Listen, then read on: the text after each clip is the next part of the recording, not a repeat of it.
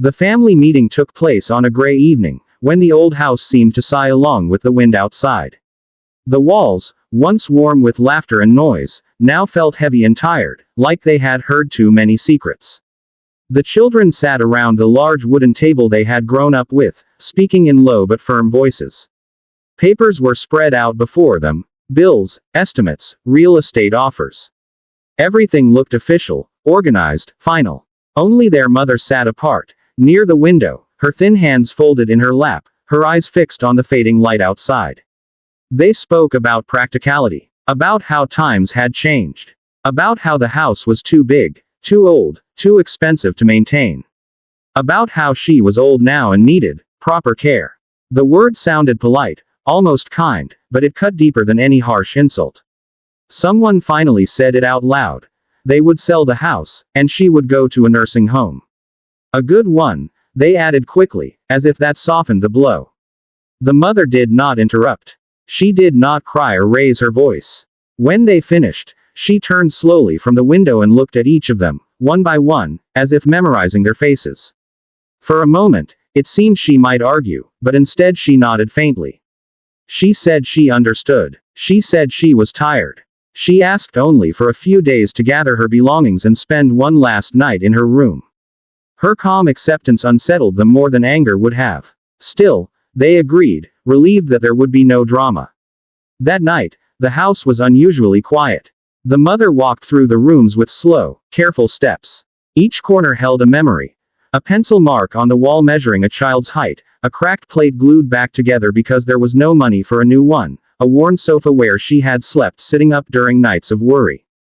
In her bedroom, she opened the old wardrobe and took out a small box filled with letters and photographs. She sat on the bed until dawn, reading, remembering, and finally placing everything back exactly where it had been. The next day, the children returned with renewed energy. They began sorting through documents, clearing drawers, preparing the house for sale. It felt like a business transaction now, detached and efficient. In the bottom of an old cabinet, they found a folder yellowed with age. Inside were bank papers, contracts, and handwritten notes. At first, they skimmed through them without interest, until certain names and dates caught their attention. Slowly, an uncomfortable truth emerged. Years ago, when one son had been on the verge of prison because of a business deal gone wrong, the house had been mortgaged in secret to pay lawyers and fines. When a daughter's shop failed, loans had been taken out again, signed only in the mother's name. Receipts showed medical bills for grandchildren, paid when their parents had claimed they had no extra money. There were even letters from banks thanking her for her reliability, for always paying on time despite her small pension. At the bottom of the folder lay a will. It was clear, precise, and legally sound. The house belonged solely to the mother. Any sale required her written consent. There was also a clause stating that if she were forced out or placed in an institution against her will, all financial arrangements would be void, leaving the house unsellable for years. Silence fell over the room. The children stared at the papers, each absorbed in their own memories, suddenly reinterpreted. Moments they had dismissed as coincidence now made sense. That unexpected money. That sudden rescue. That quiet help that came without questions or lectures. They confronted her that evening. This time, they spoke less confidently. They asked why she had never told them. Why she had carried everything alone. The mother listened, then finally spoke, not loudly, but with a steadiness that commanded attention. She said she had done what any mother would do. She said she had believed that love did not need witnesses. But she also said she never imagined they would decide her fate without even asking her what she wanted. She refused to sign the papers. Not out of revenge, she said, but out of self-respect. She announced that she would leave the house on her own terms. She would not go to a nursing home. She had found a small place where she could live quietly, independently. The house would remain as it was, for now. A home, not a commodity. The next morning, she packed a single suitcase. She did not take much. As she stood at the door, she turned back once more, looking at the children who suddenly seemed smaller, unsure, stripped of their confidence. She wished them well. Then she left. The house felt empty after that, not just quiet, but hollow. The children were left with papers they could not use and a home they could not sell. But worse than that was the realization that settled slowly and painfully. They had lost their mother long before she walked out the door. The family meeting was called on an evening when the sky hung low and gray, pressing against the windows of the old house as if trying to listen.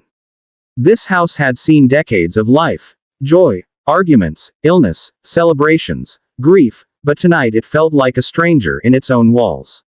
The children, already adults with families of their own, gathered around the large wooden table in the dining room. That table had once been the center of everything. Homework spread across it, birthday cakes placed proudly in the middle, late-night conversations whispered over cups of tea. Now it was covered with documents, utility bills, medical estimates, real estate listings printed from the internet. Their mother sat slightly apart, closer to the window than the table. The fading daylight outlined her thin figure, her gray hair neatly tied back, her posture still straight despite her age. She listened as her children spoke, one after another, carefully choosing words that sounded reasonable, almost kind. They talked about how difficult it was to look after such a big house. How repairs were constant. How her health was no longer what it used to be. How a nursing home would provide professional care, regular meals, safety. And, finally, how selling the house would solve many financial problems for everyone. No one asked her what she wanted. When the decision was voiced clearly, sell the house, send her to a nursing home, the room grew tense. Even the clock on the wall seemed louder, each tick cutting into the silence. The mother slowly turned her head away from the window and looked at her children. Her eyes held no anger, no tears. Just something tired and deep, like a well that had been drawn from too many times. She nodded. She said she understood. She said she didn't want to be a burden. Her voice was calm, almost gentle. She asked only for a few days to gather her belongings and one last night in her room. The children exchanged glances, relieved. This was easier than they had expected. They agreed quickly, telling themselves they were doing the right thing. That night, the house breathed differently. The mother moved through it slowly, touching doorframes, smoothing the backs of chairs, pausing in places where memories rose uninvited. In the kitchen, she stood by the stove where she had cooked countless meals, sometimes stretching ingredients to make sure everyone had enough.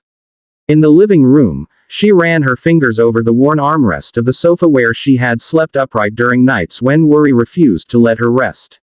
In the hallway, she stopped by the wall, marked with faint pencil lines, records of her children's heights, measured year after year. In her bedroom, she opened an old wardrobe and pulled out a small, battered box. Inside were letters tied with ribbon, faded photographs, folded documents. She sat on the edge of the bed and opened them one by one. There were letters she had never sent, photographs of moments no one else remembered, receipts she had carefully kept for reasons only she understood. As dawn approached, she placed everything back in the box, slid it into its place, and lay down without sleeping, staring at the ceiling she had stared at through so many sleepless nights before. The next day, the children arrived early, energized by purpose. They began clearing drawers, sorting papers, preparing the house to look presentable for buyers. The emotional weight of the previous evening had faded, replaced by efficiency. In a forgotten cabinet at the back of a shelf, someone found a thick folder, yellowed with age. At first, it seemed unimportant. Old bank papers, contracts, handwritten notes. But as they flipped through the pages, confusion set in. Names appeared. Familiar names. Dates matched moments they remembered vividly. A loan taken out years ago, right before one son's legal troubles mysteriously disappeared. Another loan, coinciding with a daughter's failed business that somehow never left lasting debt. Receipts for medical expenses paid in full when everyone had believed insurance had covered everything. Again and again, the same signature appeared at the bottom of the documents, their mother's. The deeper they looked, the heavier the silence became. Each page stripped away a comfortable illusion. They began to remember things differently now. The way their mother had quietly said, "Don't worry," when they panicked, the way she had never asked for help, never complained about money, never reminded them of what she had sacrificed. At the bottom of the folder was a will. It was written clearly, legally precise. The house belonged entirely to her. Any sale required her consent. There was a clause stating that if she were forced into a nursing home or removed from the house against her will, all related agreements would be invalidated, making the sale impossible for years. She had protected herself, quietly, without confrontation. That evening, they sat with her again, but this time, their voices lacked confidence. They asked why she had never told them. Why she had carried everything alone. Why she had risked so much without saying a word. She listened patiently, her hands folded as they had been the night before. When she spoke, her words were simple. She said she was their mother. She said she had done what she believed love required, without conditions, without witnesses. She said she never expected gratitude, but she had believed in trust. She admitted that their decision had hurt her, not because of the nursing home, but because they had decided her life as if she were already gone. She refused to sign the papers. Not out of anger, she explained, but out of dignity. She said she would leave the house on her own terms. She had already arranged a small place where she could live quietly, independently. She would not be a burden. The house would remain, for now, not as property to be divided, but as a home that had fulfilled its purpose. The next morning, she packed a single suitcase. She moved calmly, without haste, as if she had been preparing for this moment for years. The children watched, unsure what to say, words failing them for the first time. At the door, she turned back. Her gaze lingered on their faces, not with accusation, not with bitterness, but with a sadness that needed no words. She wished them well. Then she stepped outside and closed the door behind her. The house fell silent. Not the peaceful silence of rest, but the hollow silence of something irreversibly lost. The children stood among the papers, the furniture, the walls that now felt strangely unfamiliar. They had gained nothing. No money, no advantage. Only the weight of understanding came slowly, painfully. The house still stood, but the warmth that had once made it a home was gone, and with it, the quiet presence they had taken for granted all their lives. The family meeting was arranged on an evening that felt heavier than usual, as if the sky itself sensed what was about to happen inside the old house. Low gray clouds pressed against the windows, dimming the already weak winter light. The house stood quietly at the edge of the town, weathered but solid, holding within its walls the echoes of decades. It had been built by their father with his own hands, room by room, and later kept alive by their mother's tireless care. Tonight, however, it felt less like a home and more like a courtroom. The children arrived one after another, coats still on, phones in their hands, minds already made up. They were no longer children, of course. Each had their own life, their own worries, their own expenses. They greeted their mother briefly, politely, the way one greets an elderly relative one sees out of obligation rather than desire. She smiled at them, the same gentle smile she had worn for years, and gestured for them to sit. They gathered around the large wooden table in the dining room. This table had once been the heart of the house. It had known spilled milk and ink-stained notebooks, laughter and tears, birthday cakes and funeral meals. Now it was covered with papers, utility bills, medical prescriptions, real estate advertisements printed from websites, and handwritten notes calculating expenses. The atmosphere was businesslike, detached. Only the ticking clock on the wall betrayed how tense the room truly was. Their mother sat slightly away from the table, closer to the window. The fading daylight outlined her profile, emphasizing the fine lines on her face and the silver strands in her hair. Her hands rested quietly in her lap. She listened. They spoke carefully, choosing words that sounded reasonable, even kind. They talked about her age, about her health, about how difficult it was for one person to live alone in such a big house. They mentioned rising costs, constant repairs, and the inconvenience of traveling to help her whenever something broke. They said a nursing home would be safer, better, professional. They said she would have people around her all the time. Then came the real reason, though wrapped in softer language. The house was valuable. Selling it would solve many problems. Debts could be paid. New beginnings could be funded. It was practical, sensible, necessary. Finally, someone said it plainly. They would sell the house, and she would move into a nursing home. The words hung in the air. For a brief moment, even the clock seemed to pause. Their mother turned slowly from the window and looked at them. One by one. Her eyes were calm, but something deep inside them shifted, like water disturbed at the bottom of a well. They waited for tears, for anger, for resistance. It would have made everything harder, but also easier, in a strange way. But none of that came. She nodded. She said she understood. She said she didn't want to be a burden. She said perhaps they were right. Her voice was steady, almost soft. She asked only for a few days to gather her things and one last night in her room. That was all. Relief washed over them. They exchanged quick glances, reassured smiles. This had gone better than expected. No arguments. No guilt. They agreed immediately, promising to help her pack. That night, after they left, the house settled into a silence so deep it almost felt alive. The mother moved through the room slowly, deliberately, as if walking through her own memory. Her footsteps were quiet, but each one echoed with the weight of years. In the kitchen, she stood by the old stove, running her fingers along its chipped enamel. She remembered nights when she had stood here long after everyone else was asleep, calculating how to stretch the week's food, how to make sure no one noticed there was less on her own plate. She remembered cooking by candlelight during power cuts, humming softly so the children wouldn't be afraid. In the living room, she paused by the sofa. The fabric was worn, the armrest polished smooth by time. She had slept here many nights, sitting up, when worry refused to let her lie down. When one child was sick. When another was late coming home. When money was short and tomorrow felt uncertain. In the hallway, she stopped by the wall marked with faint pencil lines. Heights measured year after year. Dates written in her careful handwriting. Proof that time had passed, that children had grown, that life had moved forward whether she was ready or not. Finally, she entered her bedroom.